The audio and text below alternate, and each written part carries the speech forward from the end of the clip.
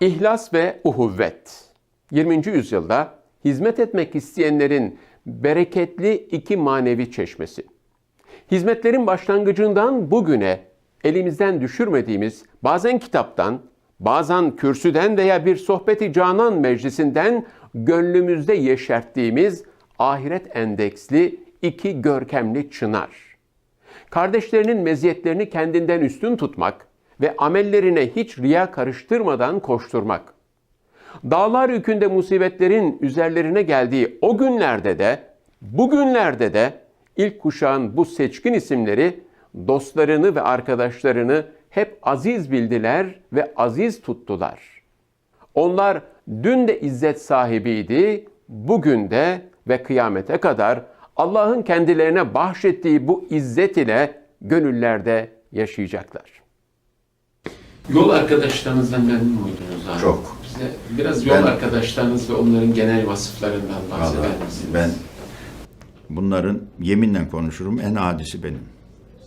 Yani bunun mübalağasız konuşuyorum. Çünkü ben çok bedeviydim, çok haylaz ve sonra çok şımarık. Kendimi söyleyecek laf bulamıyorum. Her laf hafif geliyor. Ben ciddi bir bedeviydim. Hoca Efendi'yi çok üzdüğümü zannediyorum. Ama ne yaparsın? Maya bozuk. Hani maya niye bozuk? Tabii annemiz, babamız dedenizin yaptığı gibi çok hassas davrandı mı?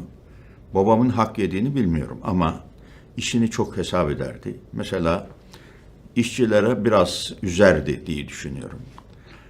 Mesela abim derdi ki, baba tarlanın şeyini bitirdik, toplamasını.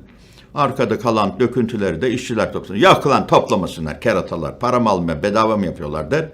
Müsaade etmezdi. Mesela halbuki ne bize zararı var, ne onlara zararı var. Gitsin toplasınlar gibi. Babam bunlara pek sıcak bakmazdı. Böyle bir, yani yapının bir evladı olarak kendimi biraz talihsiz kabul ediyorum. Annem, Allah ebediyen razı olsun, makamı cennet olsun. Babamın da makamı cennet olsun. Yani kötülüğünü görmedim.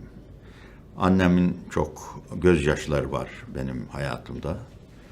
Onu çok tesirindeyim. Çok ağlardı. Tabii bizler böyle olunca arkadaşlarımdan ben çok farklıydım. Mesela bir İsmail Büyükçeli benim gözümde çok büyük. Mehmet Ali Hocam çok büyük. Aymaz Hocam çok büyük. İbrahim Koca büyük, çok büyük. Şimdi Sait Aksoy çok büyük. Yani kimi söylesem, yani küçük gördüğüm birisi yok. Yani mesela kendimi bunların içerisinde çok talihli bir insan ama çok gereksiz bir insan gibi baktım. Bunu da hocamızın bize olan emeklerinde zayi etmemesini görüyorum. Hani çok emek verdi. Atmadı sağ olsun ama atabilirdi. Ben öyle çok iş yarayacak bir adam değildim. Ama olursa faydalanırsak faydalanalım mı dedi Hoca Efendi, tuttu. Görelim bakalım kaç paralık adamsa mı dedi, işin içinde tuttu. Bilmiyorum neden Hoca Efendi benim elimi bırakmadı. Mesela öyle incitmedi Hoca Efendi. Ben onu çok incittim ama o beni incitmedi.